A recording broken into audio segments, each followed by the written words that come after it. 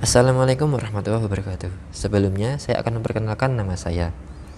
Nama saya adalah Ragil Chandrawardhani, NIM 2019 53107.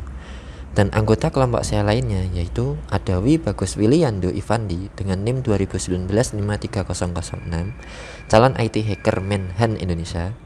Dan kemudian ada Muhammad Najmul Faiz, NIM 2019 53032, calon profesional programmer berbasis JavaScript.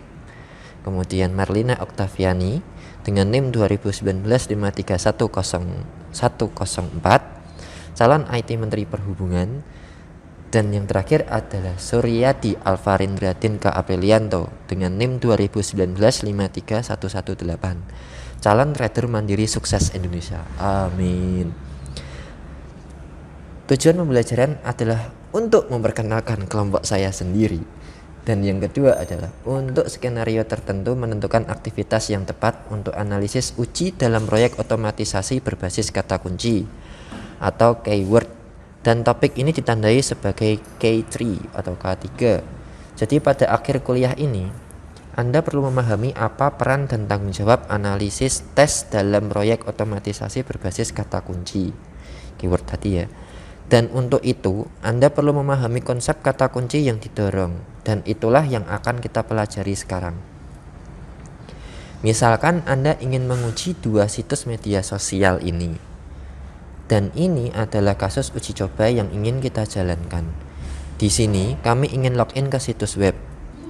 Setelah berhasil login, kami ingin mengubah nama, kemudian menyimpan perubahan dan menyegarkan halaman untuk memeriksa apakah data disimpan. Dalam skenario ini, kita dapat menggunakan login sebagai kata kunci.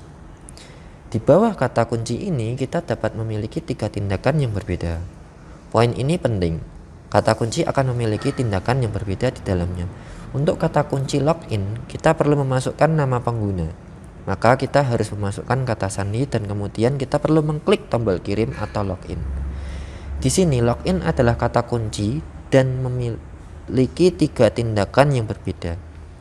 Contoh lain dari kata kunci adalah membuat pengguna, menghapus pengguna, dan mereka juga akan berisi tindakan yang berbeda di dalamnya. Sekarang, dalam istilah yang sangat sederhana, kita dapat mengatakan kata kunci menggambarkan tindakan tingkat tinggi yang akan dilakukan dalam domain aplikasi. Mari kita pahami bagaimana pendekatan kata kunci berlaku untuk perangkat lunak yang diuji. Seperti pendekatan lain di sini juga, kami memiliki skrip utama. Poin yang perlu Anda ingat adalah bahwa di sini kami hanya memiliki satu skrip utama yang disebut sebagai skrip kontrol. Skrip utama akan berisi kata kunci. Misalnya login adalah kata kunci di sini utama. Skrip juga dapat mengakses data sebagai input dari file data. Dan tidak hanya kasus uji, tetapi beberapa waktu, kata kunci juga bisa mendapatkan data dari file data.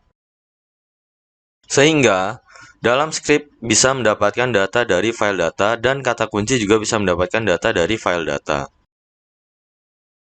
Ketika kami menjalankan kasus uji kata kunci yang digunakan dalam kasus uji diganti dengan kata-kata tindakan yang diterapkan untuk kata kunci itu dan juga mengambil data dari file data skrip utama ini, kemudian berinteraksi dengan perangkat lunak yang diuji untuk memberikan input dan mengekstrak output darinya. Kami kemudian membandingkan data yang diperoleh dengan data yang diharapkan yang disimpan dalam database, dan ini adalah cara kerja pendekatan kata kunci D1. Sekarang sejak kita tahu apa pendekatan yang didorong kata kunci adalah kita dapat melihat beberapa keuntungannya. Keuntungan pertama adalah bahwa kata kunci yang berhubungan dengan aplikasi atau domain bisnis tertentu dapat didefinisikan oleh pakar domain. Ini dapat membuat tugas spesifikasi kasus uji lebih efisien. Yang kita lihat sebelumnya bahwa setelah kami menentukan kata kunci, langkah pengujian dalam kasus uji berkurang. Ini membuat spesifikasi kasus uji lebih efisien. Keuntungan kedua yaitu seseorang dengan keahlian tentang domain dapat memperoleh manfaat dari eksekusi kasus uji otomatis. tanpa harus memahami kode otomatis yang mendasarinya. Apa artinya? Yaitu jika setelah kita mendefinisikan kata kunci, tim hanya dapat menggunakannya karena kata kunci diimplementasikan oleh analis uji teknis atau oleh penguji otomatis. Oleh karena itu, jika seseorang bergabung dengan tim baru, mereka dapat dengan mudah menulis kasus tes dengan bantuan kata kunci tanpa memiliki pengetahuan sebelumnya tentang keterampilan pemrograman. Jadi, ini adalah keuntungan kedua. Jika seseorang tahu domainnya, maka mereka hanya dapat menulis kasus uji tanpa harus memahami kode otomatis yang mendasarinya. Dan antarmuka ke perangkat lunak yang sedang diuji terjadi. Maka kita pahami hal ini setelah kami menentukan kata kunci yang kami gunakan dalam kasus pengujian, dan jika fungsi kata kunci berubah di masa depan, itu tidak akan mempengaruhi kasus pengujian. Kami hanya perlu mengubah fungsi kata kunci dengan melakukan ini. Kami menyertakan perubahan yang dibuat dalam fungsionalitas tanpa mengubah kasus pengujian, dan ini memungkinkan pemeliharaan kasus uji yang efisien. Keuntungan keempat adalah spesifikasi kasus uji tidak tergantung pada implementasinya. Kami telah membahasnya dalam keunggulan sebelumnya, di mana kami melihat analisis uji teknis atau insinyur otomasi mengimplementasikan kata kunci, dan analisis uji hanya mengembangkan kasus uji, dan oleh karena itu spesifikasi kasus uji terlepas dari implementasinya.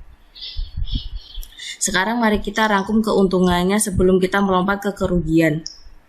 Keuntungan pertama adalah karena kata kunci terkait dengan domain tertentu itu dapat didefinisikan oleh pakar domain, yang membuat tugas penulisan kasus uji lebih efisien. Keuntungan kedua adalah bahwa jika Anda memiliki pengetahuan domain, Anda dapat menulis spesifikasi pengujian bahkan jika Anda tidak memiliki keterampilan pemrograman. Keuntungan ketiga adalah jika Anda menggunakan teknik penulisan modular, maka perubahan dalam implementasi tidak akan mempengaruhi spesifikasi pengujian, yang memungkinkan pemeliharaan yang efisien. Dan yang terakhir adalah spesifikasi kasus uji independen dari implementasinya. Sekarang mari kita lihat beberapa kelemahan dari pendekatan berbasis kata kunci. Yang pertama, kerugian adalah bahwa kita memerlukan keterampilan pemrograman untuk mengimplementasikan skrip modular. Mengimplementasikan kata kunci tetap menjadi tugas besar bagi insinyur otomasi pengujian, terutama jika menggunakan alat yang tidak menawarkan dukungan untuk skrip ini. Teknik dan untuk sistem kecil mungkin terlalu banyak overhead untuk diterapkan, dan biaya akan melebihi manfaat. Kerugian kedua adalah bahwa perawatan perlu dilakukan untuk memastikan bahwa kata kunci yang benar diterapkan. Kami akan mengembangkan kata kunci dengan hati-hati untuk mendapatkan keuntungan dari teknik ini. Baik kata kunci akan sering digunakan dengan banyak tes, sedangkan kata kunci yang buruk cenderung digunakan hanya sekali atau beberapa kali. Jadi ini adalah dua kelemahan. Yang pertama adalah kita perlu mengetahui keterampilan pemrograman, dan kedua adalah perlu berhati-hati. Jika Anda tidak memperhatikannya, Anda dapat mengembangkan beberapa kata kunci yang tidak digunakan dalam banyak kasus uji. Dan sebelum kita mengakhiri kuliah ini, kita harus memahami dengan jelas tanggung jawab analis uji dan analis uji teknis. Dan kami akan memahaminya dengan bantuan diagram alir atau flowchart. Seperti yang kami ketahui terlebih dahulu, yang kami dapatkan persyaratan berdasarkan persyaratan analis uji membuat kata kunci dan mengidentifikasi data. Kemudian analis uji teknis mengimplementasikan kata kunci, sehingga implementasi kata kunci dilakukan oleh analis uji teknis. Setelah kami selesai dengan implementasi analis uji, mengembangkan kasus uji yang didorong kata kunci. Setelah itu mereka mengeksekusi kasus uji Setelah eksekusi analis pengujian, menganalisis laporan pengujian, setelah kami mendeteksi anomali yang berarti cacat, analis uji membantu dalam menyelidiki penyebab kegagalan analis uji. Harus mencari tahu apakah kegagalan itu karena kasus uji atau karena perangkat lunak. Jika itu adalah kegagalan terkait kasus uji, maka analis uji harus menemukan kesalahan langkah dan memberikan informasi ini kepada analis uji teknis. Kemudian analis uji teknis memperbaiki kesalahan yang terkait dengan kata kunci. Ini adalah gambaran lengkap tanggung jawab yang dibagikan oleh analis uji dan analis uji teknis. Dan dengan ini kuliah berakhir. Terima kasih.